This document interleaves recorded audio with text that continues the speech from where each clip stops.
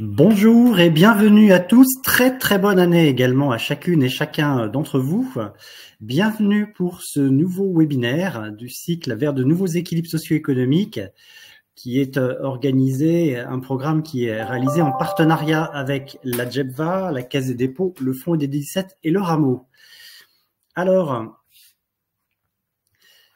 pour revenir sur finalement le contexte de ce programme, dans quoi cela s'inscrit? Ça s'inscrit déjà dans un contexte global, c'est qu'aujourd'hui, quel que soit finalement le profil de l'organisation, toutes s'interrogent sur leur modèle par rapport à des transformations systémiques. C'est le cœur même de l'agenda 2030 des objectifs de développement durable, les ODD au plan international, et notamment l'ODD 17. En France, ces transformations des modèles socio-économiques et plus globalement ces transformations font l'objet d'une connaissance partagée depuis plus de 15 ans de recherche empirique, et l'étude d'impact de l'ODD 17 en a mis en exergue les effets du Faire Alliance pour tous. Et ce programme est issu d'une mission ministérielle qui avait été mandatée par Gabriel Attal lorsqu'il était secrétaire d'État à la vie associative, et l'une de ces mesures visait justement à partager la connaissance sur les modèles socio-économiques, et ce programme est copiloté depuis 2020 par la JEBVA et le Rameau. Alors, le principe de ce webinaire qui se tient chaque troisième jeudi du mois, c'est finalement quoi? C'est d'un côté de valoriser des expériences et des témoignages qui montrent quelle est la diversité à l'œuvre de pratiques collectives pour réussir cet agenda 2030, avec deux éléments, à la fois une diversité d'exemples, de témoignages, et également de méthodes et d'outils qui sont accessibles à toutes et tous. Et aujourd'hui, pour ce webinaire qui s'intitule « Cap 2030 vers l'ODD 16, bilan 2023 et perspective 2024 », l'un des éléments marquants sera finalement comment, quand on parle de paix, de justice et d'institutions efficaces, ça nous amène aussi au pilotage de l'intérêt général, et on est ravis de vous accueillir en partenariat avec l'Institut, l'association IDN et l'Institut Open Diplomacy. Au menu du jour, 3 grands temps, une mise en perspective pour prendre de la hauteur sur ce sujet, sur le plan international et national, avant de creuser et d'écouter justement les témoins qui forment une forme de boussole de l'ODD 16, et un zoom sur l'actualité du mois. Alors, pour ouvrir les échanges, j'ai le plaisir d'accueillir Anne Robin, fondatrice associée de Comisis, mais qui va nous parler pour l'Observatoire des périls planétaires, pour nous partager la méthode et les premiers enseignements de ce dispositif. Anne, on vous écoute. Bonjour. En premier, tous mes voeux.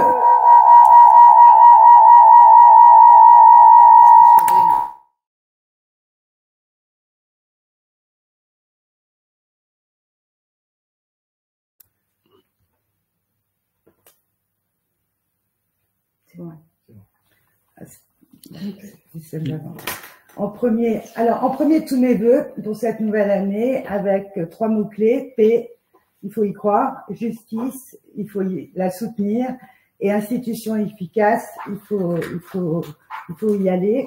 Je voulais, avant cette présentation sur l'Observatoire, saluer 2 sages dans cette société qui sont Charles Benoît Hedzik du Rameau, qui a su dès 2008 penser qu'il fallait jouer collectif et penser l'ODD 17 avant qu'il ne soit formellement énoncé, et que seul avec le jouet collectif, on pouvait vraiment travailler au service de l'intérêt général. Je voudrais aussi saluer l'audace et le courage du général Morlin, qui dans l'association IDN et tous ses membres, c'est tous les membres de l'association, qui n'hésite pas à rappeler le mot péril, mais il en parlera beaucoup mieux que moi. Ma mission aujourd'hui, c'est juste de vous présenter comment s'organise l'Observatoire des périls planétaires. En premier, c'est une écoute, c'est une mesure des défis face aux périls planétaires pour anticiper. Vous savez que les défis qui se présentent à notre humanité, il faut savoir les nommer. Il faut pas avoir peur de les dire. Et en fait, ils imposent de décloisonner les périls et les déséquilibres pour mieux y faire face. Les constats globaux que nous avons, c'est une dégradation du contexte sécuritaire mondial, une aggravation des phénomènes climatiques disruptifs, une défiance généralisée envers les institutions nationales et internationales, un durcissement des positions nationales sur les grands défis, une intensification de la compétition sino-américaine pour le leadership dans les secteurs stratégiques, et enfin une mutation de la conflictualité traditionnelle multimilieu et multichamp. À savoir que des messages existent, des messagers pour la paix existent, bien sûr, des ONG dans le monde entier, et la justice sont présents, mais malheureusement beaucoup trop en retrait par rapport à tous les périls qui sont évoqués. Alors, qu'est-ce qu'on vit au présent et au quotidien en pratique en 2022-2024? Un présent mouvant et anxiogène pour tous, crise économique, environnementale, géopolitique, crise de confiance. Citoyens et organisations s'activent dans un présent vécu au cœur d'imitations, parce que on passe du réel au virtuel, l'hyperconnexion, l'accélération des modes de faire, d'échanger, de s'informer, de produire et de consommer. Et surtout, et c'est très important parce que c'est presque le socle de notre observatoire des périls planétaires, c'est un nouvel apprentissage entre le vrai et le faux. Qu'est-ce qui est vrai et qu'est-ce qui est faux? Quels sont les taux de risque que l'on va rencontrer et quelles sont les vraies solutions? Donc aujourd'hui, des solutions émergent. Quand j'ai dit la paix, il faut le croire. Même la paix, il faut y croire encore. C'est la conscience par tous de la nécessité de nouvelles pratiques, mais au service de quoi et sans aggraver certains périls, parce que des solutions émergent, on ne sait pas au service de quoi. En fait, avoir une nouvelle économie plus solidaire, avec le jouet collectif, on voit bien, et des partenariats et des alliances au service de l'intérêt général, ça existe, et le Rameau est là pour le rappeler tous les jours. Enfin, des nouveaux modes de produire de partenariat. Quelle entreprise aujourd'hui oserait produire encore en sachant qu'elle va surpolluer encore? Mais ce qui est intéressant, c'est que la connaissance de ces enjeux, la maturité des populations et des organisations face à l'interdépendance des périls n'est pas suffisamment territorialisée par pays. C'est-à-dire que oui, vous aurez, notre vice-président parle de tous les d'IDNC, vous donner toutes les associations qui existent dans le monde sur le taux de risque et des périls. Le problème, c'est que quand on est sur son pays, on a vraiment besoin de comprendre quelle est la différence entre le vrai risque. Si vous êtes au centre de la France, c'est vrai que vous avez moins de risque de monter des eaux que si vous êtes, par contre, s'il y a une guerre quelque part, ça peut vous impacter.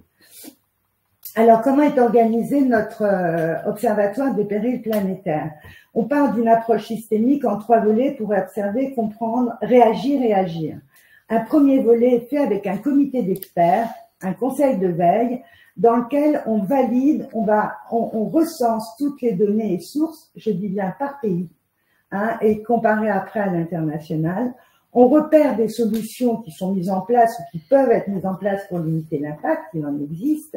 On travaille sur les réglementations en vigueur et on préconise pour les institutions. Et là, effectivement, c'est quand on parlait du vrai, du faux tout à l'heure, sans les experts et sans la confrontation entre les experts qui vont de la théorie de l'effondrement à des possibilités, il faut savoir où nous en sommes par pays. Enfin, dans un deuxième volet, il y a un think tank qui s'organise justement pour pouvoir échanger, comme le font les webinaires du Rameau, pour valider les périls selon les causes et les conséquences. On verra tout à l'heure, la cause n'est pas forcément la conséquence. Le réchauffement climatique a des causes et on ne parle que des conséquences.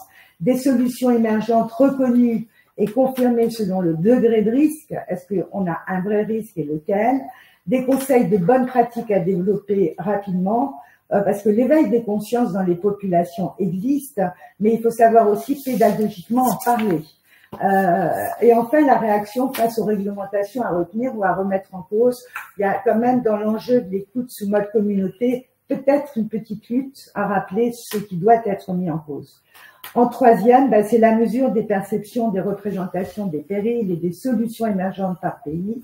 On a écouté qualitativement, on va mesurer dans chacun des pays, voir où en sont chacune des populations par rapport aux différents risques. Je reviendrai. Alors, notre approche, pour commencer, puisque si l'Observatoire des partenariats a plus de 20 ans, l'Observatoire des périls planétaires, enfin, presque 20 ans, l'Observatoire des périls planétaires, c'est 2023, a été lancé en 2023. On va commencer en 2024 avec 7 pays. C'est pas définitif parce qu'il pourrait y avoir les Pays-Bas, par exemple, mais on a choisi des pays qui sont assez concernés par plusieurs périls en termes de pouvoir être mis en relation, et vous verrez qu'il y a un pays qui n'est pas que l'Europe. Voilà. Faut passer.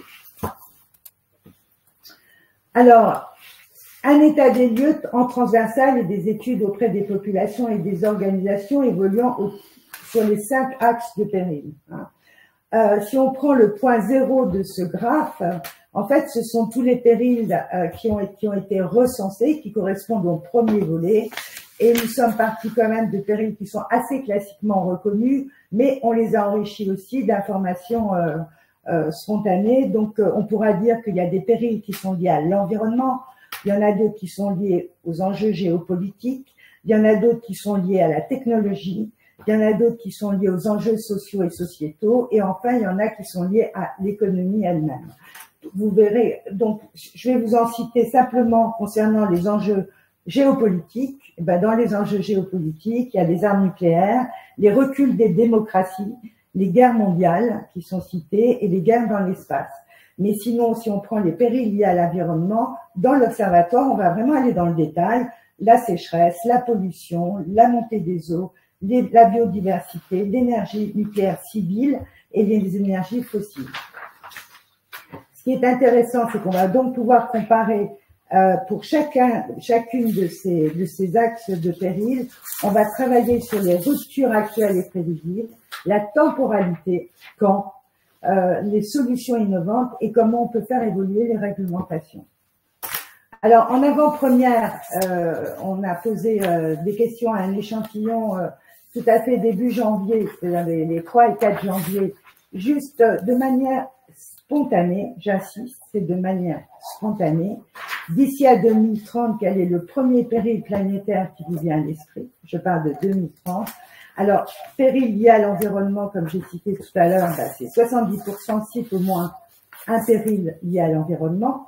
Mais ce qui est notable, c'est que le péril géopolitique arrive directement en 2e position, puis les périls liés aux sociaux et sociétaux, liés à l'économie. C'est intéressant parce que ça contredit quelques discours actuels, mais importants. C'est-à-dire que quand on met des mots comme péril, c'est l'environnement et le géopolitique qui arrivent en 2 premières positions. Un nuage de mots, ce qu'en disent les Français au début janvier 2004, quelles que soient les générations, peut-être avec une plus grande crainte pour les 50 ans et plus concernant la guerre, eh bien, c'est un nuage de mots pour vous éclairer sur qu'on a 2 grands périls actuellement qui touchent effectivement à l'environnement et au réchauffement. Alors, je souhaite, pour conclure cette présentation, à l'Observatoire des périls planétaires, qui est conduit avec Opinionway, le groupe Opinionway, et nous sommes très fiers, Opinionway Communities, d'avoir été choisis par IDN pour lancer cet observatoire. Merci. Merci beaucoup, Anne, pour le partage de ces éléments très intéressants, avec une vision clairement internationale et systémique. Et justement, vous nous avez fait voyager dans l'espace. On va faire un autre voyage dans l'espace en se centrant sur notre hexagone. Et pour en parler, j'ai le plaisir d'accueillir Charles Benoît-Hetzig, qui est notre président fondateur du Rameau, qui va nous parler des bilans et des perspectives de l'Observatoire des partenariats. Merci beaucoup, Yann. Bonjour à toutes et à tous. Il est encore temps de vous souhaiter tous mes vœux pour une année dont on espère qu'elle terminera avec enthousiasme, là où elle a commencé avec questionnement.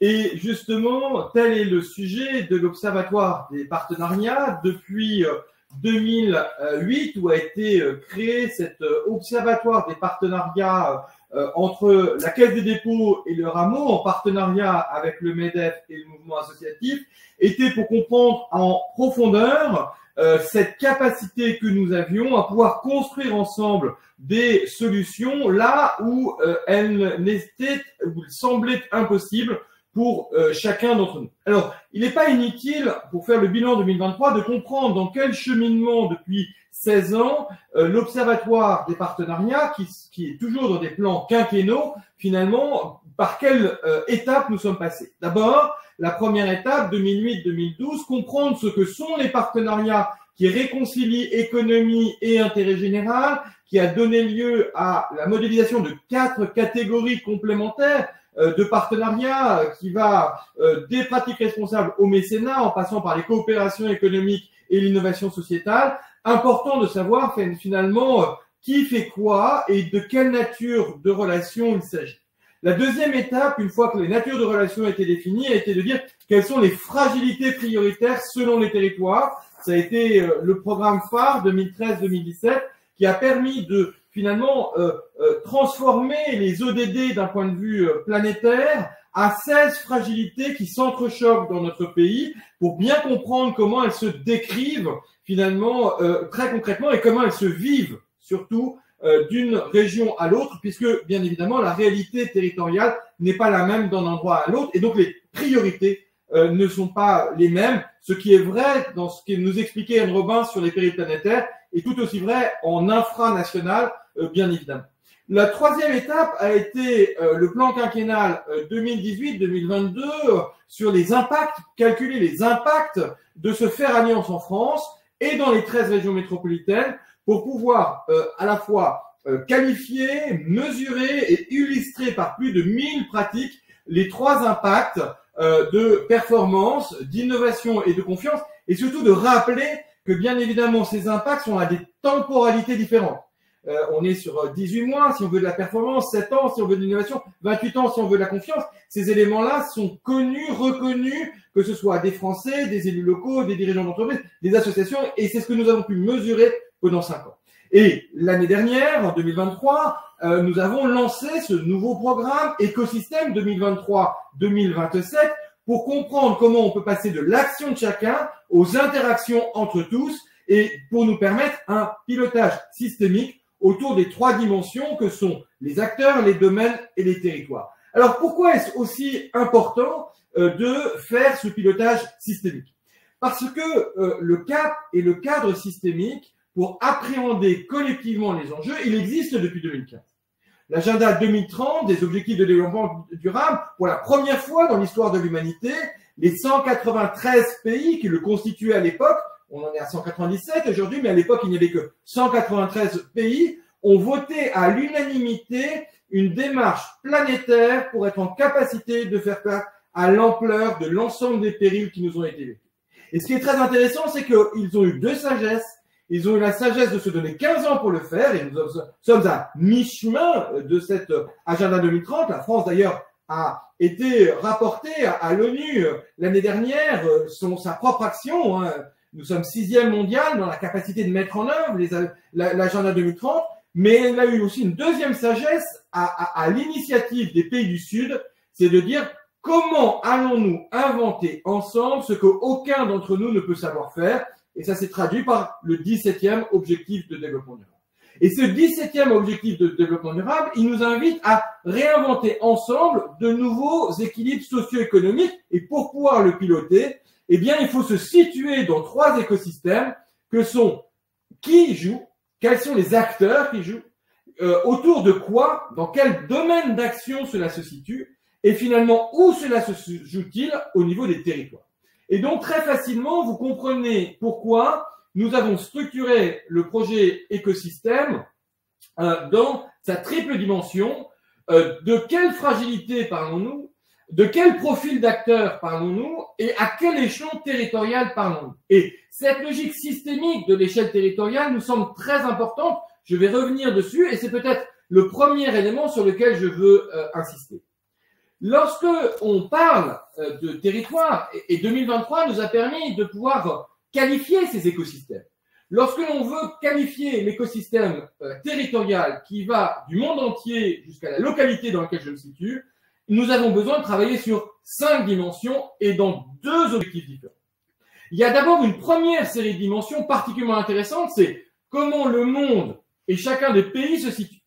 Et entre les deux, ce qui est intéressant, c'est dans quel continent il se situe, et c'est très vrai pour nous Français par rapport à l'Europe, la dimension géopolitique ne peut se comprendre que dans une triple dimension du monde, du pays dans lequel je suis et finalement de la zone intermédiaire, du pivot intermédiaire dans lequel cela se situe. Et je préfère parler de pivot que de bloc.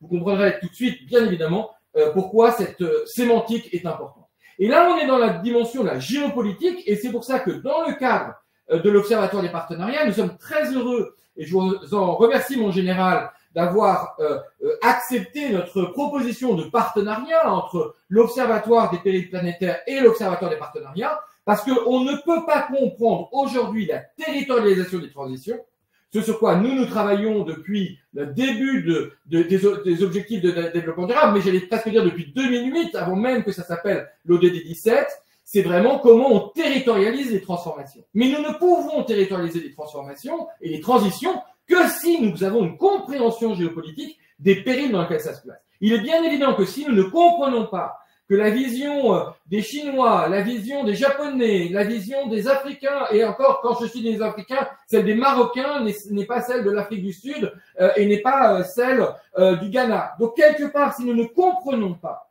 que nous devons, pour territorialiser les actions, aussi l'inscrire dans une dimension géopolitique, nous ne pourrons bien évidemment pas être en capacité de pouvoir agir efficacement. Il nous faut à la fois une vision, et c'est bien cette dimension géopolitique, et il nous faut à la fois une action, et c'est bien cette territorialisation des transitions. Alors, pour parler de la territorialisation des transitions, puisque là est l'enjeu de l'Observatoire des partenariats, et c'est pour ça que nous sommes très heureux de pouvoir nous nourrir de la vision géopolitique que nous offre l'Observatoire des périls, nous avons déjà commencé par qualifier cet écosystème territorial que je qualifierais de macro, c'est-à-dire de territorialisation de l'action. Et là, ce qui est très intéressant, c'est que nous avons bien identifié, bien qualifié comment il faut sortir de la vision d'opposition macro-micro, national, territoire, chacun garant d'une légitimité différente, l'un une gestion de l'intérêt général et l'autre une action pour être capable de pouvoir innover et répondre vers une articulation qui va associer à la fois le niveau national, le niveau régional, le niveau local et une double connaissance, une logique à la fois sectorielle et à la fois une logique territoriale.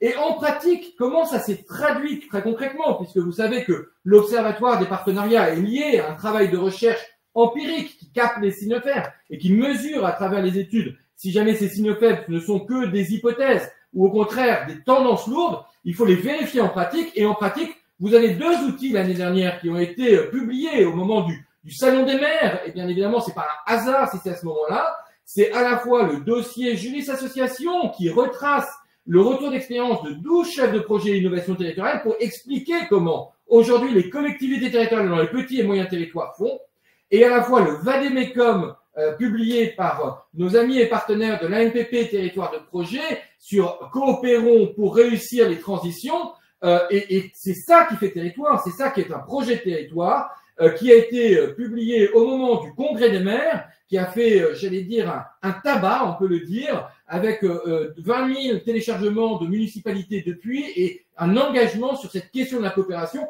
comme nous n'en avions jamais connu autrement. Et c'est important de commencer par la pratique de terrain. Si ce Vademecum est si important, c'est qu'il qualifie la pratique de terrain.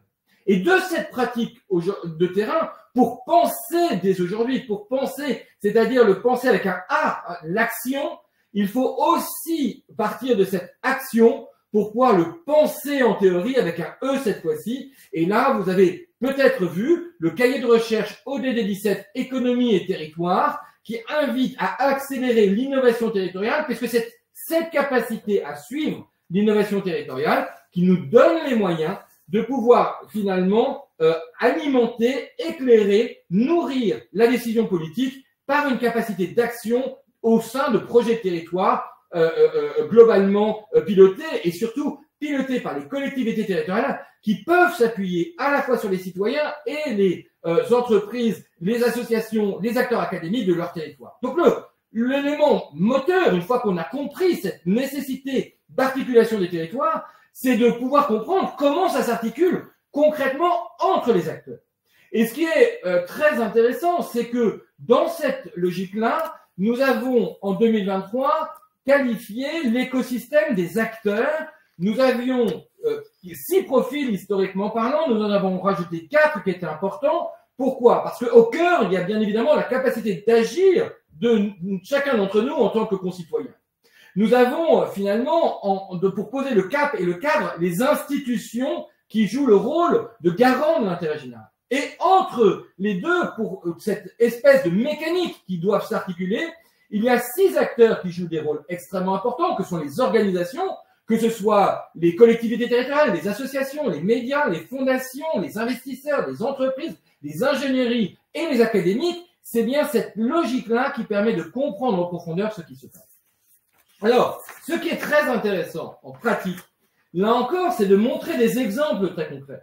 C'est de commencer par dire comment nous pensons le monde dès aujourd'hui, comment nous agissons, comment nous donnons un pansement dans ce monde dès aujourd'hui. Et là, vous avez 2 outils essentiels, même si l'un apparaît en blanc surprenamment. Celui qui apparaît en blanc, c'est le dossier Juris Association qui a été publié en décembre sur l'engagement de la jeunesse, et il apparaît en blanc, mais je vous assure qu'il n'est pas blanc du tout parce que les jeunes sont de plus en plus engagés aujourd'hui au service de les territoires, et quelque part, travailler avec eux en commun est un élément tout à fait déterminant. Et l'autre élément qui a été une avancée 2023, c'est le nouveau guide pratique qui a été fait 10 ans après le premier que nous avions fait avec nos amis de l'ORS, pour pouvoir outiller les entreprises à partir de la pratique des entreprises, puisque je le rappelle, entre 2015 et 2022, nous sommes passés de 36% d'entreprises à 57% qui pratiquent des partenariats d'utilité sociétale. Donc, on voit bien l'importance et l'enjeu de pouvoir partir de cette pratique pour aller vers la théorie. Et là encore, en théorie, pour pouvoir penser cette fois-ci, imaginer demain nos nouveaux imaginaires. La conclusion de l'étude d'impact 2018-2022 du Faire Alliance avait été publiée avec nos amis de l'Institut pour la recherche de la Caisse des dépôts à travers ce cahier de recherche sur les leviers de la transformation systémique. Comment on fait?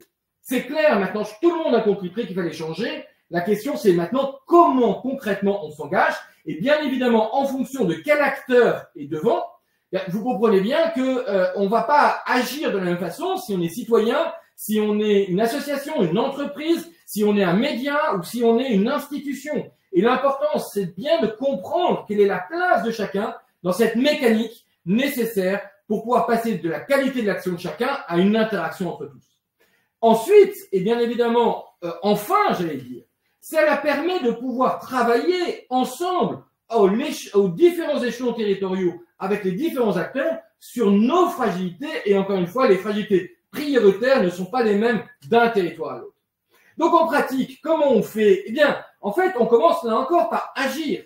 Et pour agir et qu'on ait un acteur, une alliance, une action d'intérêt général, il faut un modèle socio-économique qui soit durable. Et vous savez qu'avec la ministre Prisca Thévenot, qui à l'époque était ministre de la Jeunesse, nous avons lancé ensemble au Forum national des associations et des fondations la plateforme Trajectoire socio-économique, où plus de 10 ans de pratique des associations a été mise en commun pour tous, pour pouvoir dire comment chacun peut réinventer son nouveau modèle.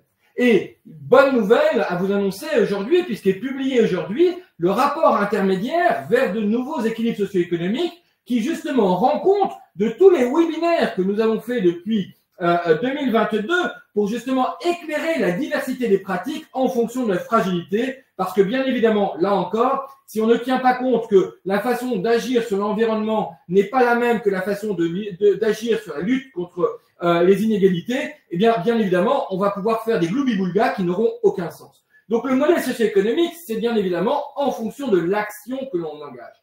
Et c'est important, bien évidemment, de pouvoir dire ce qui se passe aujourd'hui. Mais c'est aussi important de pouvoir comprendre quelles sont les déformations possibles de demain pour pouvoir réagir. Et là encore, au-delà de penser, d'agir dès aujourd'hui en termes de pansement, il faut le penser en termes d'image collective pour 2030, mais plus encore, pour l'après 2030, pour 2050. Et là, l'exercice d'analyse des 129 exercices de prospective post-2030 qui a été fait dans le cadre de la démarche intérêt général 2050 nous aide à pouvoir nous projeter en disant non pas seulement quel est l'état des lieux d'aujourd'hui, ça c'est l'étude d'impact qui a été réalisée, mais surtout comment chacun d'entre nous peut se projeter vers demain. Et bien évidemment, cette étude prospective 2050, elle a été faite, là encore, tout domaine, tout acteur, tout territoire, puisqu'il faut savoir se situer dans cette logique-là. La traduction concrète de mon action doit me permettre de me situer dans mon écosystème. Enfin, et je m'arrêterai là, mais c'est très important de dire que 2023 a été pour nous une année marquante parce que après 16 ans de l'Observatoire des partenariats et 18 ans de travaux de recherche du Rameau, nous avons publié le 5 octobre dernier lors du colloque au Conseil économique, social et environnemental, doublement présidé par le président de cette troisième assemblée et par la ministre Prisca-Thévenot, à l'époque ministre de la Jeunesse. Nous avons publié le livre commun « Discours de la méthode » pour donner une clé de lecture méthodologique sur comment faire. Et ce comment faire, il est assez simple. Chacun d'entre nous a sa propre temporalité. Et chacun d'entre nous, en fonction de sa temporalité, va pouvoir décider librement sur quel, et ça peut être au singulier ou au pluriel, sur quel enjeu, sur quel impact il va aller.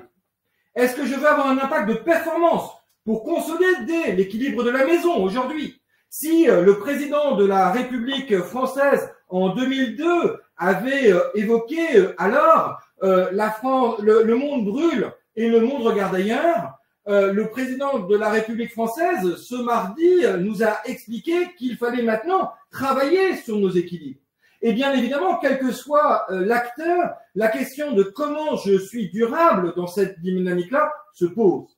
Et donc, sur cette question de performance, d'équilibre, à la fois en termes de compétences mobilisées, à la fois en termes de ressources financières, mais aussi d'alliances pour pérenniser l'action, eh bien évidemment, le programme vers de nouveaux équilibres socio-économiques, dans lequel les webinaires mensuels sont au cœur, est un élément déterminant. Et encore une fois, je vous invite à consulter le rapport intermédiaire qui fait la synthèse des 20 webinaires qui ont déjà été réalisés.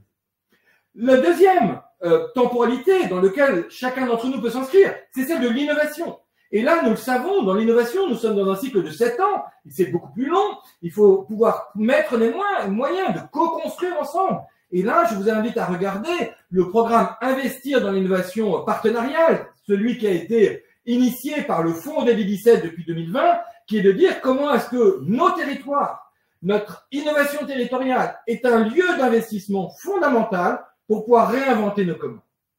Et puis, dernier point, last but not least, comme diraient nos amis anglais, cette question de la confiance, elle ne se traite pas du jour au lendemain. Nous ne recréons pas et nous ne recréerons pas un imaginaire collectif en moins 28 ans, on le sait, c'est 4 saisons, comme n'importe quel animal ou n'importe quelle plante, de 7 ans, puisque notre rythme, notre biorhythme est de 7 ans. Et donc nous savons, nous connaissons ces éléments-là, les sociologues peuvent nous l'expliquer très facilement, que pour recréer la confiance dans un monde de défiance, il nous faudra 28 ans. Et d'où 2050, et vous comprenez pourquoi, lancé en 2022, il est très important de se poser cette question-là, de comment progressivement, non seulement on réussit l'agenda 2030, mais l'agenda 2030 étant qu'une marche pour pouvoir avoir un 21e siècle plus solidaire, plus fraternel et plus durable.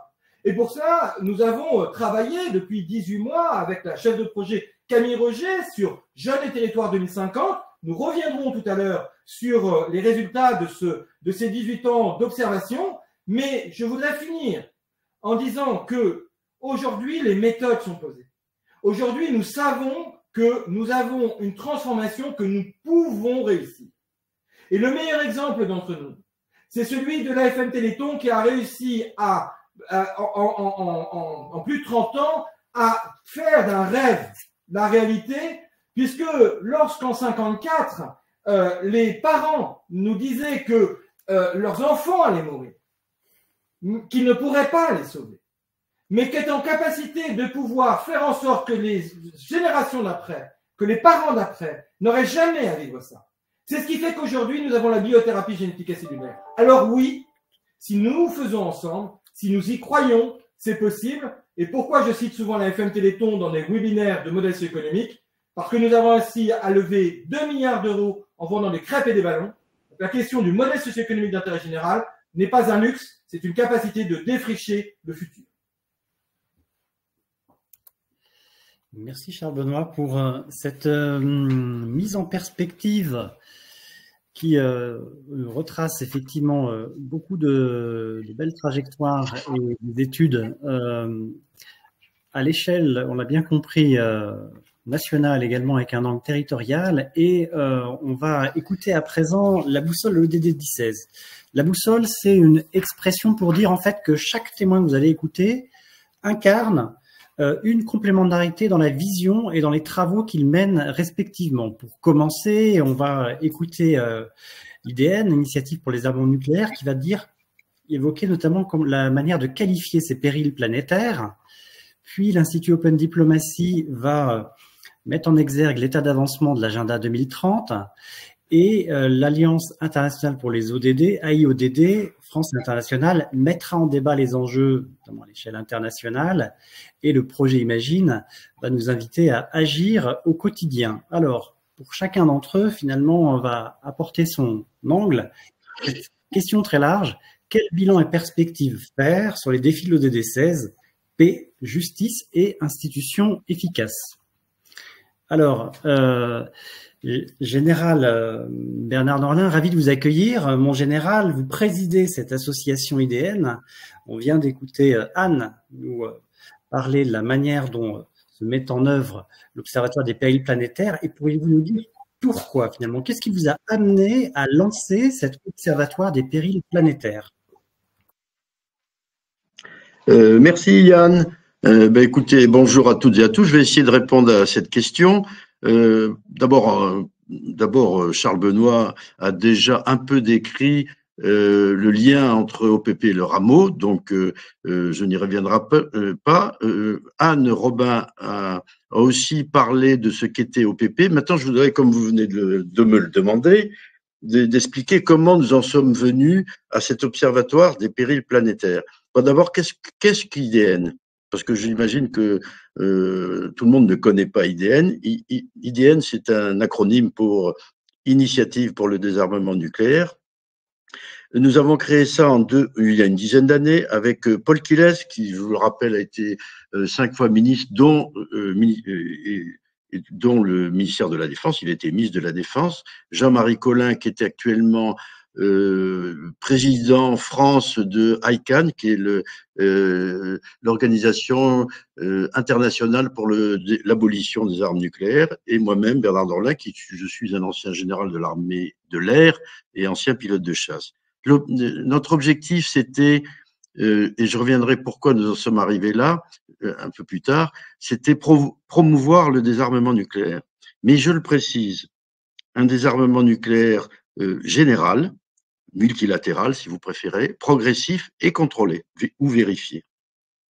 La structure de cette association, nous avons adopté bien sûr le format de l'association, mais en fait nous agissons comme une organisation non gouvernementale et un think tank, avec la particularité, c'est notre indépendance. Pourquoi je vous dis ça? Parce que en France, et surtout en France, je dis bien, il y a une exception, je y reviendrai, toutes les organismes de quelque nature qu'elles soient, que ce soit des think tanks purs, que ce soit des chaires dans la diversité, sont toutes, je dis bien toutes, dépendantes plus ou moins directement, soit directement de l'État, soit de l'industrie de l'armement. Il n'y a qu'une exception, c'est la chaire ou le programme, ou le projet animé par Benoît Pélopidas et qui dépend de Sciences Po. Notre démarche, eh bien, c'était d'abord informer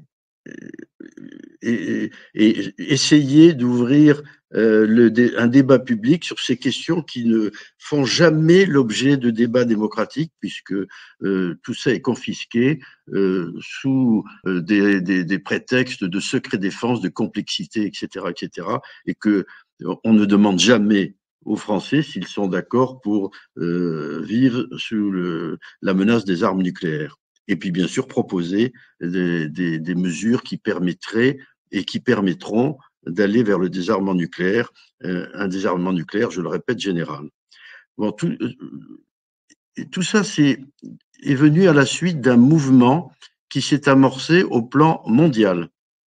Et l'initiative est venue des États-Unis au début des années 2000, à la fin des années 90. Bien sûr, il y a eu depuis les premières explosions nucléaires énormément d'associations qui traitent du désarmement nucléaire. Il y a eu énormément de déclarations faites par les plus éminents physiciens atomistes.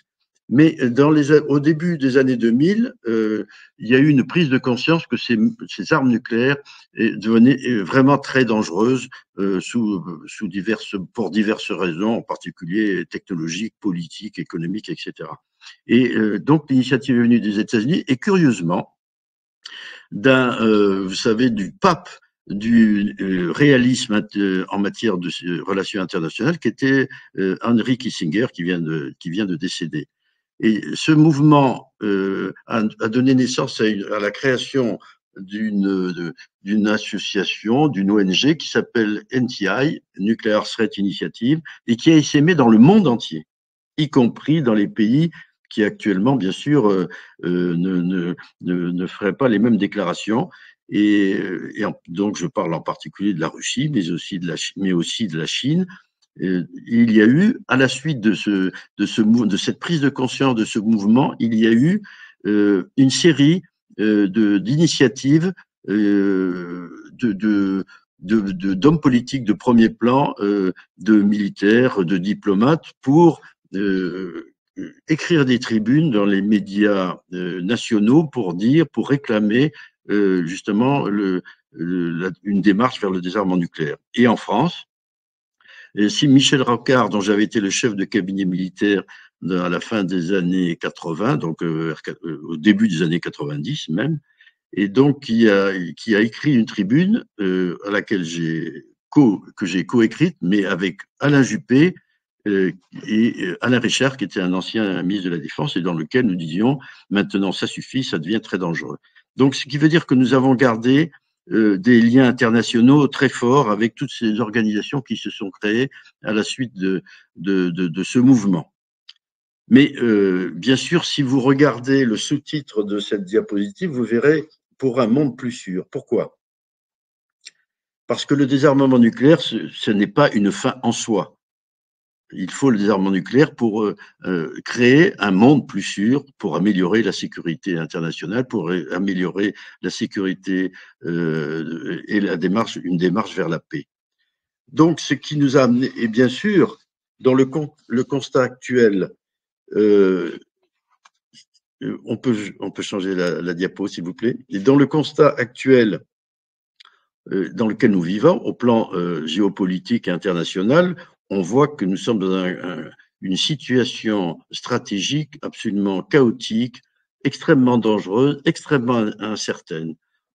C'est une situation qui est aussi caractérisée par la numérisation du monde et par l'interconnexion et l'interdépendance générale des questions. On voit bien que maintenant, le moindre conflit actuellement a des répercussions et des résonances dans le monde entier et des conséquences. Donc, ça nous a fait prendre conscience à IDN que les questions de sécurité, on le savait bien sûr, hein, c'est pas nouveau, c'est pas original, mais devenaient de plus en plus complexes et que ça méritait, il fallait qu'on élargisse d'une certaine façon notre scope d'intervention parce que on ne pouvait plus rester cantonné simplement dans le domaine de l'armement nucléaire, bien que cela reste central, j'y reviendrai. Et puis, bien sûr, il y avait, et simultanément à cette situation, il y a eu l'émergence de défis de sécurité globaux qui ont la caractéristique, d'une part, d'être existentielles pour la planète et qui sont aussi dues à l'activité humaine. Et c'est toutes les menaces dont Anne Robin, dont nous avons déjà parlé, en particulier Anne Robin, et qui sont évidemment assez nouveaux. Et donc, la nécessité pour nous, c'était vraiment d'élargir notre vision et d'avoir vraiment une vision plus large de ces questions de sécurité. Et donc, ce qui nous a amené à développer notre réflexion, parce que nous sommes maintenant dans l'ère de l'Anthropocène, comme vous le savez, et que nous avons affaire à un nouveau paradigme, une nouvelle situation, si vous préférez. En fait, ce qui est très intéressant, important et aussi tragique, c'est que nous sommes dans un monde que l'on pourrait qualifier de schizophrénique. En effet, nous assistons à, d'une part, un déchaînement de la géopolitique au sens hobbésien du philosophe anglais Hobbes, pour lequel les relations internationales ne sont que l'affrontement entre États-nations et donc le rapport de force. Mais Hobbes ajoutait que ce rapport de force, il doit être contrôlé et c'est le rôle des États-nations. Or, quelle est la situation actuelle? C'est qu'effectivement, d'abord, nous avons l'émergence de nouvelles puissances. Donc, vous savez, à la situation de la guerre froide qui était caractérisée par l'affrontement de deux grands empires, l'empire occidental, quand je dis empire, c'est une manière de parler, et l'empire soviétique, mais que maintenant nous avons affaire à une situation totalement différente puisque nous avons l'émergence de très nombreuses puissances et que deuxième caractéristique de cette situation actuelle, c'est que les contrôles, donc plutôt l'architecture de sécurité internationale qui avait été mise en œuvre après la Deuxième Guerre mondiale a explosé sous les coups de boutoir du président Trump à l'époque et du président Poutine actuellement, en particulier, puis il y en a eu d'autres aussi. Ce qui fait que nous assistons maintenant à un déchaînement d'affrontements entre États-nations de façon extrêmement anarchique, puisque un État peut être ami avec un autre, puis ennemi le lendemain de ce même État, que tout cela est complètement désordonné et qu'il n'y a, je le répète, plus aucun contrôle. À cette situation vient se confronter une nouvelle situation. Celle-ci est caractérisée par l'émergence des menaces existentielles globales dont j'ai parlé, dues à l'activité humaine. C'est le climat, les nouvelles technologies, etc. C'est ce dont a parlé Anne Robin tout à l'heure. Or, ces deux problèmes, questions géopolitiques, géostratégiques, puisque c'est plus que géopolitique, c'est géostratégique, sont caractérisés par le fait qu'elles nécessitent des règlements totalement antinomiques. Les conflits géopolitiques s'adressent aux États-nations, et donc chaque État-nation réagit, surtout maintenant, selon ses propres intérêts, alors que les menaces globales existentielles nécessitent des règlements collectifs. Et donc, c'est toute la difficulté de notre monde actuel, c'est cet affrontement entre le collectif et la fragmentation géopolitique. Et nous, IDN, avec la menace nucléaire, avec la promotion du péril du désarmement nucléaire, nous sommes exactement à la charnière de ces deux mondes. Le monde d'hier, le monde géopolitique, que l'on peut qualifier de monde d'hier, mais qui est toujours malheureusement présent comme on le voit actuellement, et le monde de demain qui est celui des grandes menaces globales,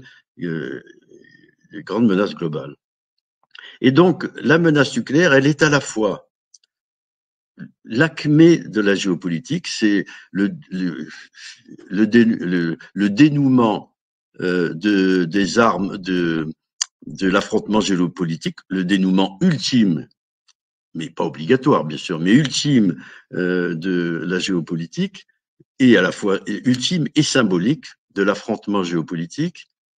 Et alors que, et en même temps, pardon, elle est aussi la menace, cette menace nucléaire qui est l'objet jusqu'à maintenant de notre action à IDN, elle est en même temps la première menace existentielle due à l'activité humaine. C'est la première fois que l'humanité se donne la capacité de se détruire elle-même.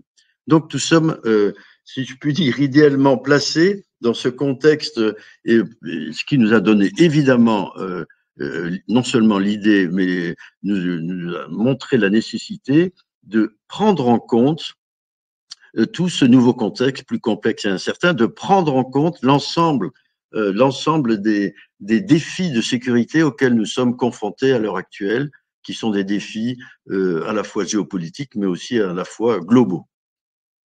Tout cela est accentué par le fait que le monde est accentué par la numérisation du monde et par l'interconnexion et l'interdépendance de tous les événements. C'est donc une approche systémique, au-delà de l'élargissement de son champ d'action, c'est aussi une approche systémique de ces menaces, de ces défis de sécurité qui est absolument nécessaire et qui nécessite et qui définit plutôt notre démarche.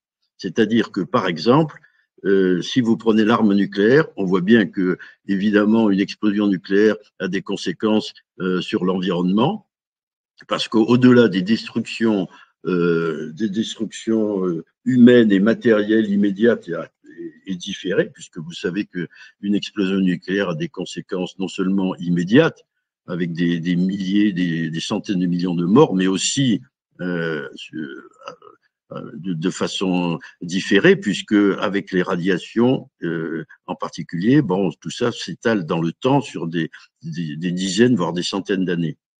Mais il y a aussi des conséquences donc sur le climat, sur l'environnement. C'est ce qu'on a appelé, et c'est ce qu'on appelle toujours l'hiver nucléaire, qui a des conséquences sur l'environnement et qui peut provoquer donc, par exemple, des famines. Et avec la caractéristique suivante, c'est que ce ne sont pas simplement les pays qui échangent des armes nucléaires qui sont concernés, mais c'est le monde entier, c'est le globe, c'est la planète entière qui est concernée par ces retombées radioactives en particulier.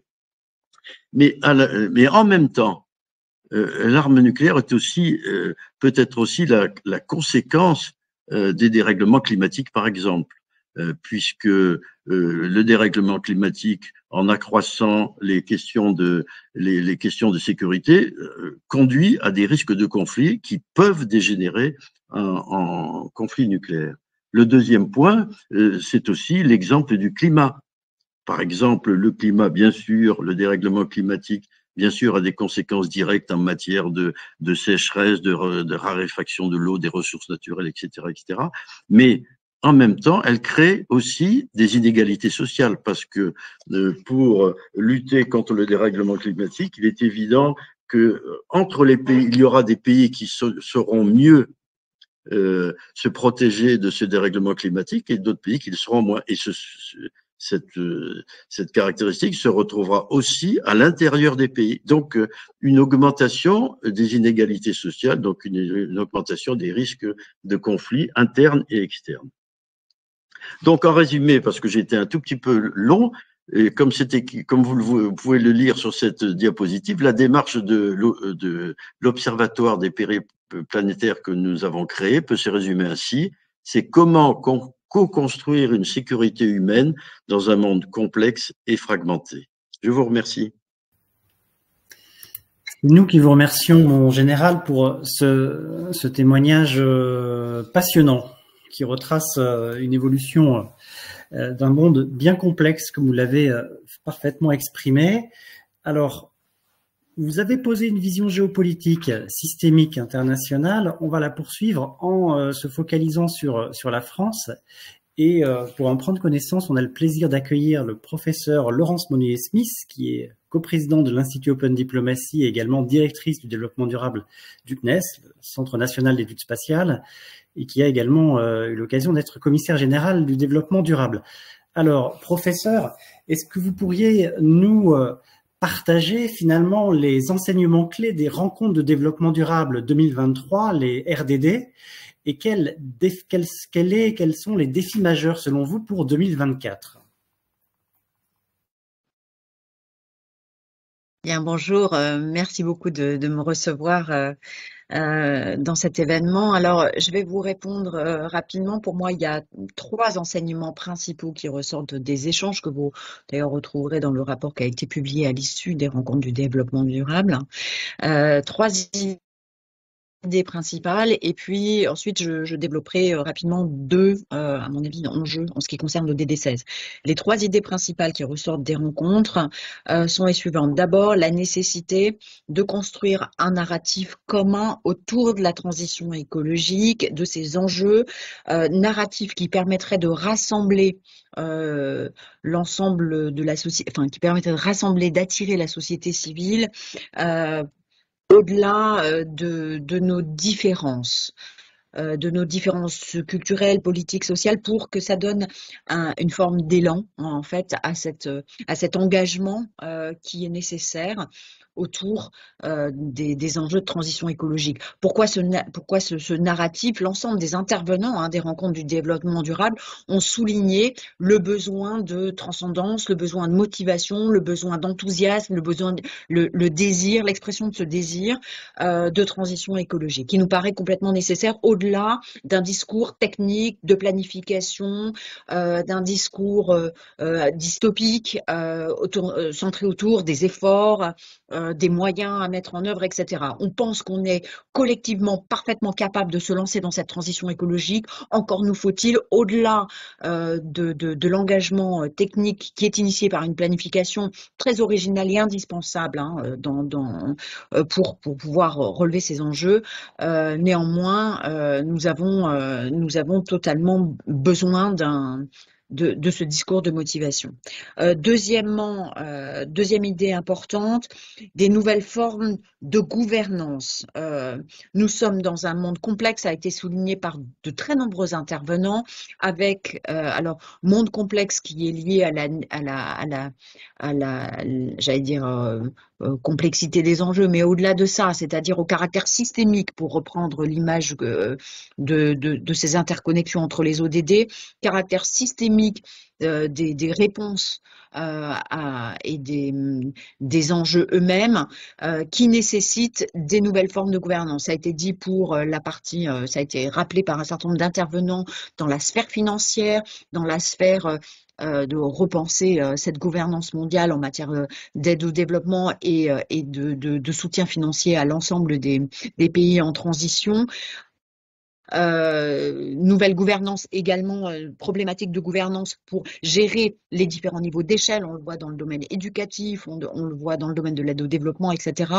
Donc, repenser les formes de la gouvernance. De très, très nombreux intervenants ont souligné ce niveau-là. Et enfin, à un autre niveau qui fait aussi écho avec le DD16, la nécessité de mettre en place des coalitions d'action avec des projets extrêmement concrets, avec une approche en cycle court, pragmatique, avec des effets immédiats. Les politiques de long terme, on l'a vu, la mise en place de l'agenda 2030, toutes ces politiques de long terme nécessitent en fait parallèlement une politique de petits pas avec des échéances raccourcies et avec un certain nombre de quick wins, c'est-à-dire que nous avons maintenant identifié les problèmes, nous avons mis en place des formes de planification à moyen long terme. Aujourd'hui, on a vraiment besoin d'outils qui nous permettent de répondre rapidement à un certain nombre de problèmes. Je le fais assez vite, mais vous retrouverez ces éléments détaillés dans le rapport que nous avons fait à l'issue des rencontres.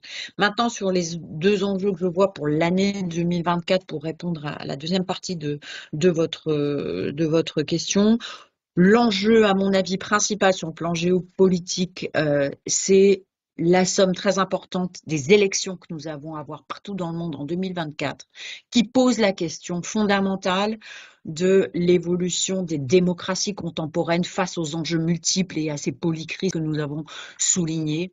Comment les peuples vont réagir, comment les démocraties vont réussir à tracer ce chemin au milieu des populismes. C'est un vrai sujet, à mon avis un enjeu essentiel. Et le deuxième enjeu que je vois, c'est comment dans notre trajectoire, qui est dans notre trajectoire de décarbonation, notre trajectoire internationale de lutte contre le changement climatique, comment au plan international nous allons répondre entre donc 2023, nous avons eu la COP à Dubaï, 2025, nous allons avoir à mettre sur la table ces nouvelles contributions nationalement déterminées. Comment collectivement nous allons pouvoir nous répartir la tâche et aider, puisque nous avons à la COP à Dubaï abondé ce fonds pertes et dommages, comment collectivement, en tout cas pour les pays qui ont besoin de soutien extrêmement fort de la part des pays développés pour pouvoir effectuer cette transition, comment collectivement nous allons réussir à faire cet abondement en solidarité avec les peuples, pour pouvoir réussir à se fixer ces nouveaux objectifs de transition écologique. Et moi, je vois une tension très forte entre ce renouvellement démocratique d'un côté, ces enjeux de transition écologique de l'autre, comment l'articulation en 2024 va s'effectuer. Voilà, si je peux résumer ça peut-être un petit peu à la hussarde, j'espère que j'ai été claire. En tout cas, voilà un petit peu les enseignements que je voulais vous partager.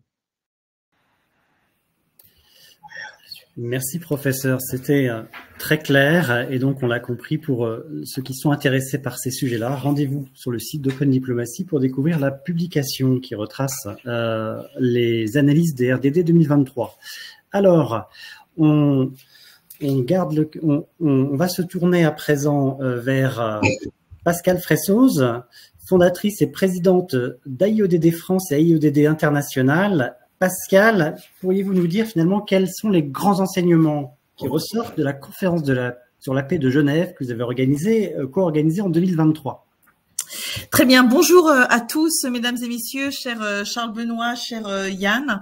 En tout cas, c'est un immense plaisir d'être à vos côtés pour faire alliance pour la paix. Et je m'excuse par avance s'il y a quelques petites coupures, puisque voilà, vous savez qu'il y a une situation de tempête, d'alerte à travers la France, et je pense qu'on est particulièrement touchés, donc j'espère que s'il y a un problème, je vais être reconnectée. En tout cas, merci pour ce beau thème. Un grand bravo pour toutes ces initiatives engagées, l'Observatoire des périls, l'Observatoire des partenariats, et ces initiatives qui font vraiment grandement avancer la cause que nous défendons. En tant qu'ONG sœur, en fait, pour la promotion des ODD, nous souhaitons aussi encourager d'autres acteurs à s'engager et bien sûr mieux comprendre les mécanismes d'émergence et de gestion des conflits. L'ODD 16, bien évidemment, c'est pas uniquement l'affaire des États, mais c'est véritablement, en tout cas selon nous, l'affaire de tous, y compris des citoyens, en particulier des jeunes, mais aussi des collectivités, des entreprises. Et personne, comme vous le savez, ne peut s'épanouir sans paix. Alors soyons tous collectivement beaucoup plus proactifs. Peut-être quelques mots sur AIODD rapidement. Donc, c'est une alliance que j'ai créée en 2006 à Genève, berceau des droits de l'homme. Quand j'ai pris conscience lors de mon combat en fait pour la libération des otages en Colombie, de l'interdépendance entre la violation des droits humains et l'extrême pauvreté, et bien évidemment du fait qu'il y a beaucoup de gens qui inventent chaque jour des stratégies de survie. Et ça, c'est véritablement une problématique. Ces gens sont en plus souvent méprisés du fait de leur pauvreté. Et donc, c'est une aberration en termes de dignité humaine. Rappelons ici aussi les propos de l'abbé Pierre qui disait « Ne luttons pas contre les pauvres, mais luttons contre la pauvreté ». Un des grands objectifs, bien sûr, des ODD. En 2 mots, l'Alliance est un réseau qui a été du coup développé dans 24 pays. Je salue aussi du coup la présence de Frédéric Bedos qui a été la brillante marraine du Soliway à Annemasse où AIODD est hébergé à la CSI. Entre 2006 et 2024, on a organisé à peu près 1400 actions, dont 6 villages du millénaire en Côte d'Ivoire, au Niger, en Inde, 7 colloques à l'ONU, dont un dont je vais vous parler, voilà, et plusieurs initiatives de lutte pour la paix, contre la violation, des violences qui sont faites aux femmes, et en organisant des colloques, en faisant des recommandations, y compris au niveau du Haut Commissariat aux droits de l'homme, et en écrivant un livre, Agir pour un monde durable, réussir la transition à l'aide des 17 ODD. Donc, on essaie de créer des ponts et des passerelles entre les acteurs. On avait en France organisé, par exemple, un colloque à l'Assemblée nationale sur le thème Agenda 2030, le territoire, les élus face à une décennie critique. Et en tant qu'ambassadrice pour la paix, j'avais aussi participé au dialogue interreligieux et interculturel qui avait été mené avec le professeur Théo Edgéré, dans la perspective de voir comment ces différents groupes religieux pouvaient mieux cohabiter ensemble, et en essayant de mettre en place aussi des projets sur le terrain qui permettent de dialoguer davantage en amont dans la définition des projets, pour éviter justement que ces groupes religieux soient en confrontation lors de l'utilisation en fait des services publics. Et donc, dans le cadre de la libération des otages, on a aussi beaucoup travaillé sur des campagnes aéropostales, également donc des programmes de citoyenneté d'honneur pour mobiliser les communes qui, in fine, ensemble, font bouger aussi les lignes au niveau des États. Dans ce contexte de conflit, comme vous l'avez évoqué, plus qu'inquiétant, il est important de mobiliser tout le potentiel de l'agenda 2030. Plus de 2500 conflits armés sont aujourd'hui liés à des enjeux de ressources, que ce soit pour les combustibles, l'eau, la nourriture ou encore l'accès aux terres.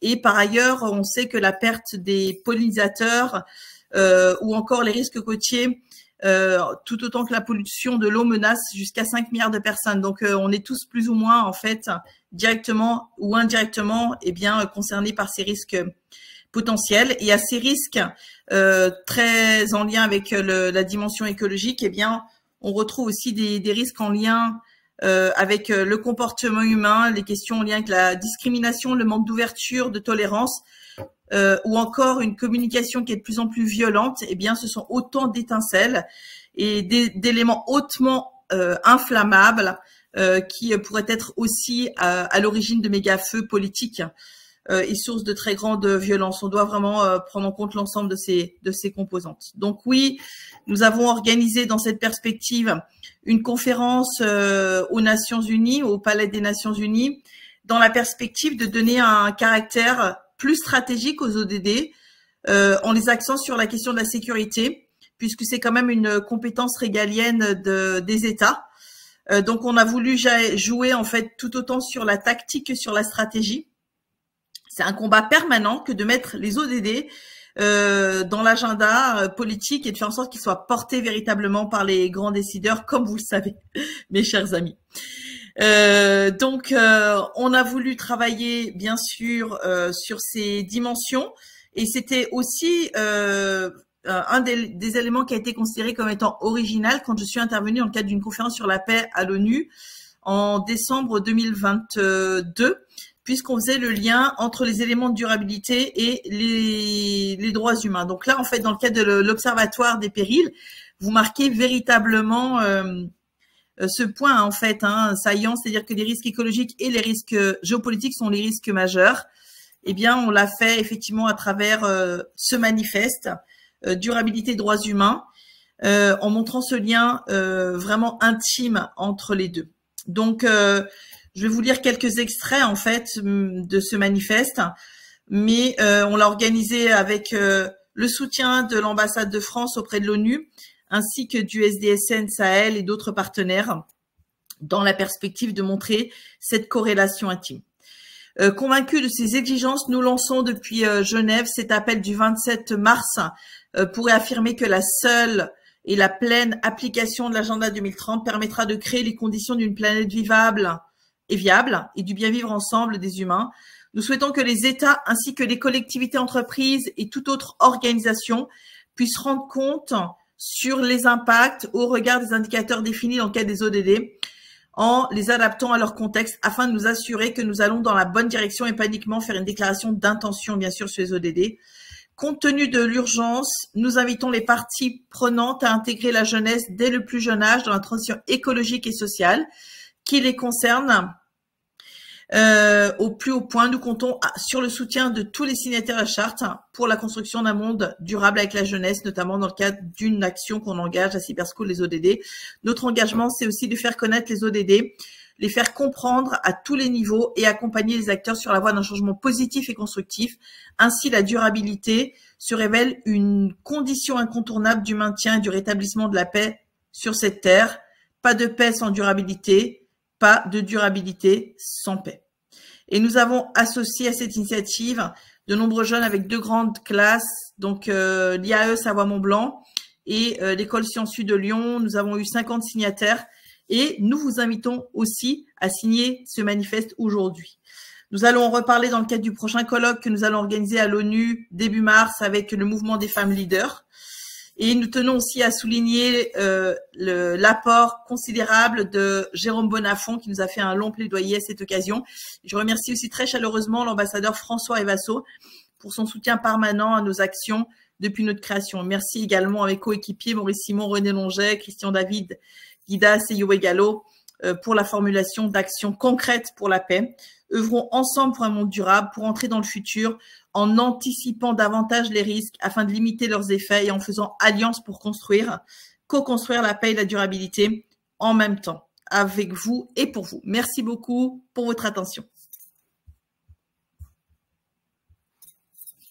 Juste un mot avant que nous passions la parole à Frédéric, ne serait-ce que pour avoir la joie d'attendre encore 1 minute la parole de Frédéric. Juste pour dire que nous nous engageons au niveau du rameau à le signer mercredi prochain, puisque pour ceux qui ne le savent pas, pardon, mercredi prochain c'est la journée mondiale pour l'éducation. Et nous publierons à ce moment-là le rapport Jeunes et Territoires 2050. Et donc, je m'engage à ce que, en même temps que nous signons la charte d'engagement réciproque du Faire Alliance avec nos amis de la Maison de l'Apprendre à Lyon, eh bien, nous signons aussi de notre côté ce manifeste pour la paix et la durabilité. Nous en serons très fiers, en tous les cas, ma chère Pascale. Absolument ravi, merci en tout cas pour ces magnifiques synergies et passerelles pour la paix. Merci beaucoup Pascal pour ce témoignage et ce partage des actions de l'AIEDD et notamment du colloque. Et alors, il y a un pont effectivement entre vous. Vous êtes Pascal, AIEDD est hébergé à la CSI, Cité Solidarité Internationale d'Annemasse, et j'ai le plaisir d'accueillir sa marraine, la marraine en tout cas de l'événement de référence des ONG Soliway en France, Frédéric Bedos. Frédéric, vous êtes également productrice, réalisatrice et présidente de l'ONG d'information Le Projet Imagine. Et la paix, cela vous parle. Vous êtes membre du Conseil scientifique et stratégique du Forum mondial de Normandie pour la paix. Alors Frédéric, d'après vous, est-ce que chaque citoyen peut contribuer à faire progresser l'ODD 16 ? Bonjour à tous. Merci pour cette question, Yann. Effectivement, je pense que toutes les interventions qui viennent de me précéder montrent bien qu'on est face à un monde de plus en plus complexe dans lequel tout est interdépendant. Il y a vraiment un jeu de domino là, donc tout ça se combine. C'est ce que Edgar Morin appelle une situation de polycrise. Et donc, on a l'impression, en tant que citoyen, en tant qu'individu, peut-être de voir un peu les balles passer au-dessus de sa tête en se demandant bien ce qu'on peut faire. On se sent un peu écrasé par la tâche. Et pour autant, eh bien, je suis persuadée que c'est justement chacun de nous qui pouvons faire partie de la solution. Et donc, tout à l'heure, Charles Benoît a évoqué cinq échelons entre le monde et la localité. Ben, j'irai un petit peu plus loin. Je rajouterai un 6e échelon. C'est vraiment celui de l'intimité de chacun de nous, chaque individu. C'est-à-dire que si on veut véritablement un jour arriver à un monde pacifié, à un monde en paix, il faut aussi faire un chemin intérieur de pacification de chacun de nous. Parce que finalement, cet état de guerre permanent qui fait partie presque intrinsèque de la civilisation humaine dès lors que l'être humain a commencé à se mettre en société, très vite, les conflits sont arrivés. C'est bien qu'il y a les racines de ce caractère belliqueux sont à l'intérieur de nos cœurs, de nos esprits. Et moi, ce que j'aime faire, c'est essayer de m'attaquer aux racines. Donc ça veut dire qu'à un moment, il va quand même falloir aussi se préoccuper de ça, faire un chemin intérieur pour aller éradiquer de nos cœurs ce qui nous amène à nous faire la guerre à nous-mêmes, à l'autre. Quand on fait la guerre à l'autre, on fait aussi la guerre à soi finalement. Alors, je vais essayer de revenir un petit peu à la genèse de mon engagement et comment tout ça s'articule. Vous l'avez dit, Yann, je suis journaliste, réalisatrice, donc je suis d'abord une femme de médias, une femme de l'image. Et c'est vrai que j'ai eu la chance de faire un parcours d'une bonne vingtaine d'années dans la sphère médiatique. J'ai été formée par les Américains, par les Anglo-Saxons, qui sont redoutables dans la sphère voilà, communicationnelle et informationnelle. Et donc, j'ai pu être au cœur du réacteur, j'ai pu observer de quelle manière, peu à peu, voilà, les médias ont évolué. Et j'ai été de plus en plus préoccupée parce qu'en fait, pour moi, j'ai toujours considéré que l'information, c'est un pilier de la démocratie.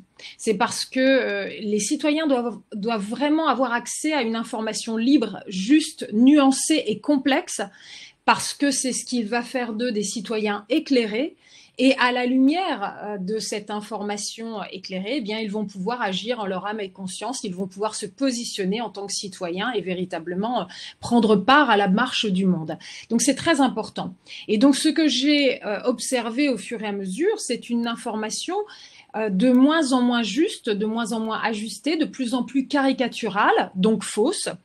J'ai assisté par effet de la course à l'audience, finalement, à de plus en plus de politique spectacle, de sensationnalisme, et donc une manière d'informer qui a tendance à attiser la colère, l'indignation, voire la haine. On assiste à une polarisation extrême et à une véritable hystérisation du débat public. Donc vous voyez là des effets délétères, voire mortifères. Parce que finalement, si on va au bout de la logique, ce sont des médias dans lesquels on injecte des moyens financiers immenses qui finalement attisent la peur, qui vraiment voilà, génèrent la peur dans les cœurs, dans les esprits et de manière redoutablement efficace. Et en fait, si on y réfléchit bien, la peur, c'est la pire des conseillères.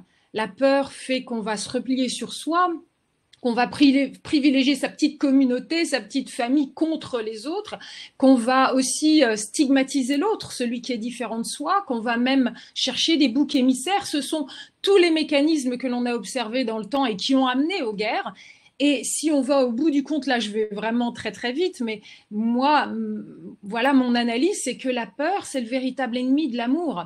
Très souvent, on pense que la haine, c'est le contraire de l'amour, mais en règle générale, la haine, c'est de l'amour blessé, donc c'est l'autre facette d'une même médaille. Le véritable ennemi de l'amour, c'est la peur. Donc il y a une bataille à mener là qui est absolument fondamentale, et qui est la bataille entre la peur et l'amour. Parce que vous savez, il y a ce vieil adage qui dit que la peur paralyse. Si c'était que ça, la peur va jusqu'à nous déshumaniser, la peur déshumanise. On est capable de tout, des pires horreurs sous l'effet de la peur, sachant aussi que quand on reste sous la dictature de la peur, on ne réfléchit plus de manière rationnelle.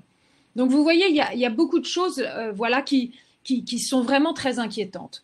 Et moi, en réaction à cela, effectivement, j'ai décidé de prendre la tangente. J'ai quitté le monde des médias traditionnels pour créer cette ONG d'information qui s'appelle le Projet Imagine et dont l'ambition, eh bien, c'est d'apporter au public, au grand public, une information non pas positive, non pas le journal des bonnes nouvelles, mais une information constructive. Ça veut dire qu'il faut vraiment questionner l'esprit avec lequel on traite l'information, les faits, mais aussi dans quelle finalité. Et la finalité du projet Imagine, c'est de faire en sorte que tous les citoyens puissent véritablement mieux comprendre les grands enjeux du monde, avoir accès à des clés de compréhension qui qui font reculer la peur, parce que quand on commence un petit peu mieux à comprendre, bah déjà, ça rassure, mais aussi véritablement une information qui doit donner l'envie d'agir, qui doit vraiment semer cette graine, ce désir de se lever de son fauteuil pour, eh bien, voilà, contribuer en faveur du bien commun, en faveur d'un monde meilleur, en faveur du vivre ensemble. Et cela passe aussi par raviver l'espérance. Parce que, comme je l'ai dit, finalement, face à ce monde qui évolue et qui accélère dans son évolution et qui est assez déroutant parce que sans arrêt, voilà, tous les repères sont complètement bouleversés, eh bien, beaucoup de gens, finalement, ont le moral dans les chaussettes, ont l'impression d'être dépassés, que tout ça nous échappe. Et donc, si on ne travaille pas sur cette espérance qui doit nous habiter, ça va être difficile de se mobiliser alors qu'on n'y croit plus. Donc, raviver l'espérance, donner l'envie d'agir, pour moi, ça, c'est l'information utile, celle qui donne envie de se lever de son fauteuil. Et pour autant, cette ONG d'information ne fait pas de sa finalité, enfin, ne fait pas de l'information sa finalité.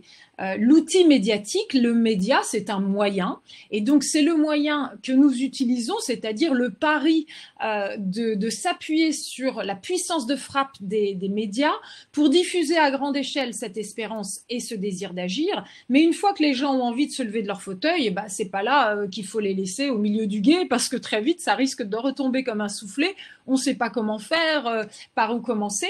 Et donc là, eh bien, dans cette ONG, et c'est là notre finalité, eh bien, nous conceptualisons des programmes d'accompagnement vers l'action avec des outils pédagogiques, des outils éducationnels, parce qu'évidemment, ces valeurs humanistes d'engagement, de solidarité et de paix, eh bien, plus on les transmet jeunes, mieux c'est. C'est le meilleur investissement qu'on puisse faire, préparer la génération d'adultes de demain pour que chacun de ces adultes soit pleinement conscient du rôle précieux qu'il a à jouer dans la société.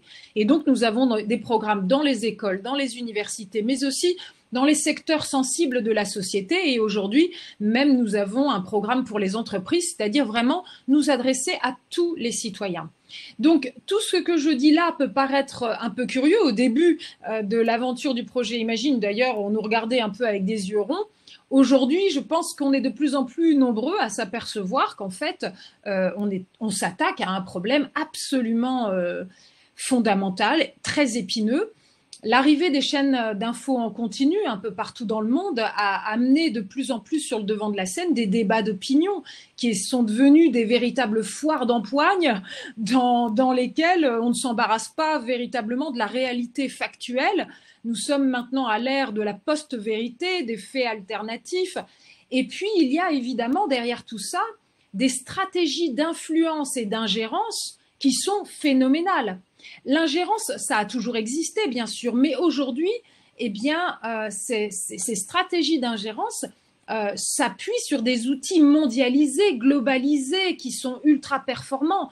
Les réseaux sociaux, bien entendu, mais aussi maintenant l'intelligence artificielle générative. Il faut savoir qu'aujourd'hui, d'ores et déjà, les études démontrent qu'il y a une prévalence des fake news sur la toile, donc sur Internet, de narratifs qui travestissent la réalité, évidemment dans un but de déstabilisation. Et la première cible, ce sont les démocraties. Vous savez, en anglais, on dit les democracies are under attack. Donc, vous voyez bien qu'on a affaire là à une guerre de l'information. C'est la bataille pour convaincre et imposer son narratif. Donc voilà, donc ONG d'information, je pense que vous avez compris à quel point aujourd'hui c'est absolument nécessaire. Je pense qu'au fur et à mesure de l'évolution et du rayonnement du projet Imagine, eh bien, nous avons été identifiés par de plus en plus voilà, d'intervenants, d'acteurs, comme étant finalement une ONG qui utilise les médias au service de la paix. Et c'est sans doute ce qui a amené à ce qu'on soit associé à cette grande aventure de créer un nouveau forum pour la paix, un forum mondial pour la paix. Et c'est ce fameux forum Normandie pour la paix, dont l'initiative vient donc de la région Normandie, présidée par Hervé Morin, pas Edgar cette fois, mais Hervé Morin, qui est donc le président de la région Normandie, mais qui est aussi, souvenez-vous, donc un ancien ministre des Armées, ministre de la Défense, et donc évidemment cette préoccupation vis-à-vis de la paix et des conflictualités dans le monde, eh bien il s'y connaît. Et donc, quand on a commencé à ouvrir cette réflexion de la pertinence ou non de créer un nouveau forum pour la paix, parce que évidemment, ce n'était pas l'idée de faire un énième forum pour la paix, c'est est-ce qu'il y avait la place pour quelque chose de nouveau? Et en fait, notre analyse, ça a été de se dire, mais en fait, nous vivons une période un peu particulière parce que, eh bien, les guerres conventionnelles, c'est-à-dire les guerres interétatiques, d'État contre État, d'armées conventionnelles, d'armées étatiques contre l'autre armée, eh bien, ce type de guerre classique avait quasiment disparu ces derniers temps. Et ce que l'on voyait finalement, ce que l'on a vu se démultiplier partout sur la planète, ce sont plutôt des espèces de guerres sourdes, de guerres pernicieuses, avec des milices, avec des factions terroristes, etc. Donc vous voyez quelque chose qui est beaucoup plus insaisissable et qui fait aussi que ça devient très compliqué d'avoir un interlocuteur avec qui négocier, avec qui essayer d'avancer vers la paix, la sortie du conflit, etc. Donc tout ça devenait très très flou et en même temps dans ce monde où nous sommes tous interdépendants. Et donc dans notre réflexion, on s'est dit mais en fait plus que jamais, il est nécessaire de faire un forum qui va permettre d'inviter autour de la table de la réflexion, d'un espace de dialogue ouvert, eh bien, tous les acteurs de la société. Pas seulement les professionnels de ces questions, c'est-à-dire les décideurs politiques, les grandes institutions, qu'elles soient nationales ou internationales, type Parlement, Parlement européen, instances onusiennes, etc. Pas seulement donc les diplomates, les négociateurs, mais inviter aussi la société civile et cela au même niveau, au même degré d'importance dans la prise de parole. Donc la société civile avec les chercheurs, les penseurs, mais aussi les acteurs de terrain, évidemment avec les ONG, les associations, les individus engagés aussi, qu'ils soient des activistes, des militants pour la paix, etc. Et donc faire en sorte que tout ce petit monde se retrouve autour de la table pour finalement croiser les regards et enrichir complètement la pensée autour de tout cela.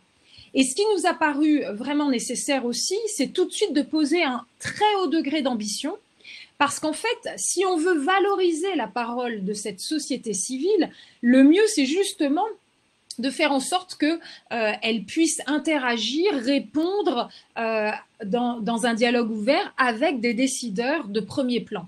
Et donc, dès le tout premier Forum mondial pour la paix, la première édition, eh bien, nous avons veillé à la présence de Ban Ki-moon, qui tout de suite, évidemment, a bien montré cette dimension internationale et de premier plan au plus haut niveau. Et puis, nous avons régulièrement la présence de prix Nobel de la paix. Donc, vous voyez, c'est aussi ce qui fait non seulement que le grand public est attiré, mais aussi les médias du monde entier qui vont voilà, faire aussi caisse de résonance. Donc, vous voyez, c'est vraiment très important. C'est un forum populaire qui se veut vraiment populaire, c'est-à-dire qu'il est gratuit, ouvert au grand public et chaque année, eh bien, nous sommes gratifiés d'une très forte affluence. Des milliers de gens se pressent pour venir aux 2 jours du Forum pour la paix, dont des centaines, des milliers de jeunes, des lycéens, des étudiants. Et il faut voir avec quel respect, quelle concentration, quel silence ils prennent des notes, etc. Les questions très pertinentes qu'ils posent, c'est là où on se rend compte à quel point aussi la jeunesse a besoin de clés de compréhension, a soif de comprendre. Et c'est une manière pour cette jeunesse aussi de se réapproprier le monde. Donc voilà, c'est vraiment absolument important. Alors je vous ai dit effectivement qu'on est parti de cette réflexion autour de ces guerres qui devenaient des guerres pernicieuses, des guerres sourdes. Évidemment, avec l'agression de la Fédération de Russie envers l'Ukraine, les choses se sont retournées, c'est-à-dire que ça a marqué le retour des guerres de haute intensité. Ça a surpris tout le monde parce que finalement, cette guerre, elle a un côté anachronique. Et d'ailleurs, souvenez-vous des premières images, à quel point elles nous ont choqués. on avait l'impression de voir des images qui rappellent vraiment la bataille de Verdun, enfin de retour à la Première Guerre mondiale, des guerres de tranchées dans la boue, etc. Donc c'est assez consternant. Ce qui est sûr, c'est qu'il n'empêche que la marche du monde aujourd'hui nous permet d'observer ce que Bertrand Badi, qui fait partie du Conseil scientifique et stratégique du Forum à mes côtés, avec bien d'autres penseurs et spécialistes qui sont extraordinaires, comme Nicole Niesotto par exemple. Mais Bertrand Badi parle, lui, de socialisation des relations internationales et d'une forme de socialité des conflictualités. C'est-à-dire qu'en fait, ce sont aujourd'hui les mouvements des peuples, les mouvements sociaux qui font l'histoire et qui donnent les grandes orientations.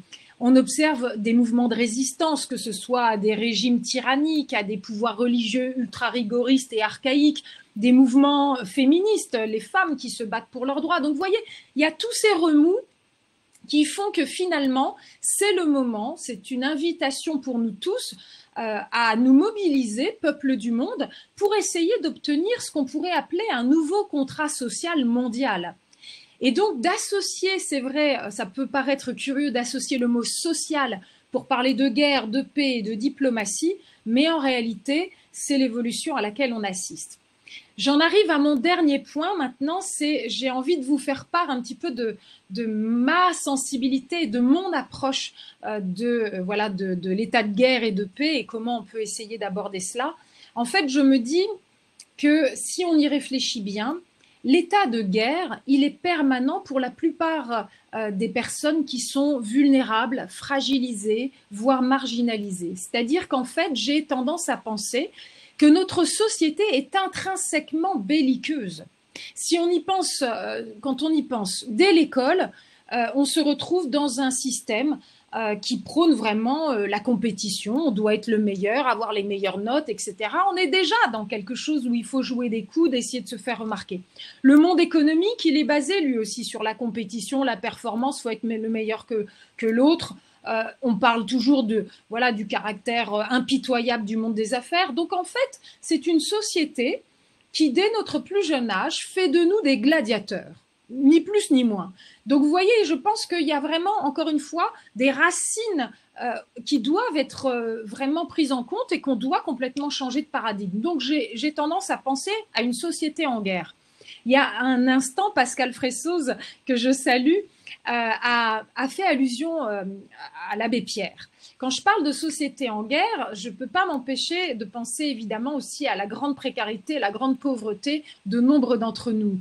Nous sommes aujourd'hui hiver 2024. C'est les 70 ans après l'appel de l'abbé Pierre qui était donc le premier, qui a eu lieu le 1er février 54, donc l'hiver 54. À l'époque de l'appel de l'abbé Pierre, il n'y avait que quelques milliers de gens dans la rue qui étaient en train de se mourir de froid dans la rue. Je crois qu'on était à un peu moins de 2000 personnes à Paris. Aujourd'hui, sur le territoire national, en France, il y a 330 000 personnes qui sont à la rue. C'est un chiffre qui doit vraiment, enfin qui fait froid dans le dos, c'est un chiffre qui a doublé en 10 ans. 14% sont des femmes. Il y a 10 ans, elles n'étaient que 2%. 400 mineurs, dont des nouveau-nés, des tout petits bébés qui vivent dans les rues de la capitale, des familles, des femmes enceintes, des vieillards. C'est ça, une société en guerre. Et là, je parle donc des personnes sans abri, mais pour celles qui ont un abri, c'est pas toujours gagné non plus. Il y a 4 millions de mal logés selon la Fondation Emmaüs, 8 millions d'enfants pauvres en France. Donc, si vous voulez, pour ces personnes, le quotidien, c'est une guerre. C'est la bataille pour la survie. Et donc, je pense qu'il faut rappeler ce mot de l'abbé Pierre qui appelait à une insurrection de la bonté. Et je voudrais maintenant encore élargir le scope et quand même souligner le fait que la sécurité collective ne doit pas s'adresser que sous un prisme humain. C'est au monde du vivant dans son ensemble que l'on doit essayer de mettre cette ambition. C'est la condition d'ailleurs de notre survie. Et donc je pense qu'aujourd'hui, le cynisme de la réelle politique doit être battu en brèche pour laisser place à un nouvel idéalisme. C'est d'ailleurs un petit peu ce qu'a dit finalement la coprésidente de Open Diplomacy, Laurence Monneiller-Smith, il y a un instant, quand elle a parlé voilà, de ce désir de motivation collective qui demande un narratif, qui demande un imaginaire commun. Et donc, c'est ce nouvel idéalisme qui va nous donner la niaque de nous lever pour véritablement prendre tout ça à bras-le-corps. Et j'en termine sur ce fameux 6e échelon, ce chemin intérieur et intime qui, je pense, doit être en chacun de nous. Je pense qu'il est urgent d'éradiquer de nos cœurs tout esprit de domination, tout esprit d'exploitation, tout esprit d'extraction et en un mot, tout esprit de prédation. Et à l'issue de ce nettoyage intime, eh bien, lorsqu'on se trouvera en face de l'autre, qu'il soit humain, animal ou végétal, eh bien, on ne le verra plus comme un ennemi, une proie ou une ressource à exploiter, mais comme un être vivant digne de respect. Et alors, enfin, peut-être, on pourra parler d'un monde en paix. Merci.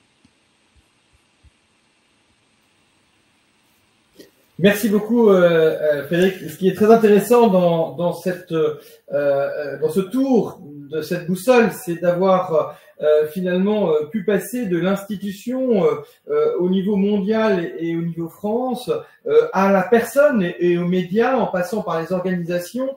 Et on voit bien le rôle que chacun doit jouer. Et je retiens bien évidemment ce 6e échelon, celui de chacun d'entre nous. Et je rappelle à ceux qui ne le sauraient pas que vous êtes artisan du bien commun de la promotion 2020 de la Fondation pour la co-construction du bien commun.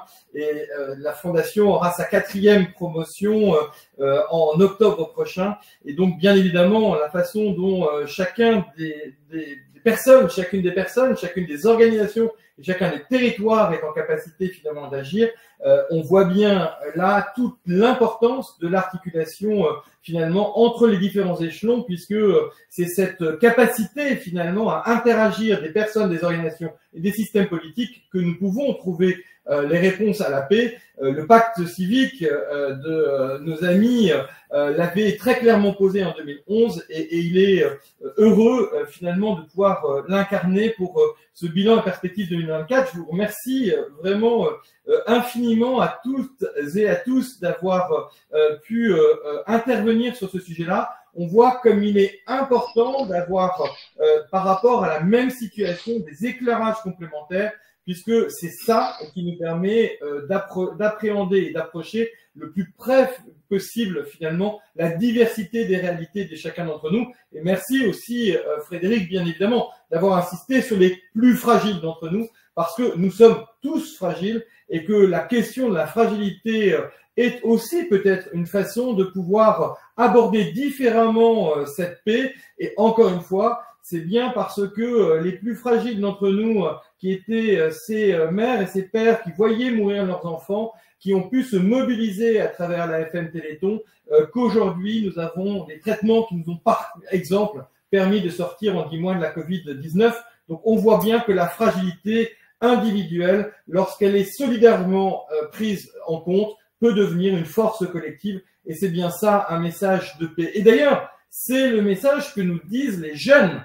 N'est-ce pas, mon cher Yann? Et donc, on va passer à l'actualité de ce mois-ci, puisque nous avons le plaisir, la semaine prochaine, à l'occasion de la Journée internationale de l'éducation, donc l'ODD4, au cœur de l'ODD4, ça sera la 6e journée internationale qui a été lancée en 2018 et pour la première a eu lieu en 2019. Qui a lieu le 24 janvier tous les ans, et nous aurons le plaisir de remettre les rapports de tout le cheminement qui a été lancé en octobre 2022 à l'Assemblée nationale sur Jeunes et Territoires 2050.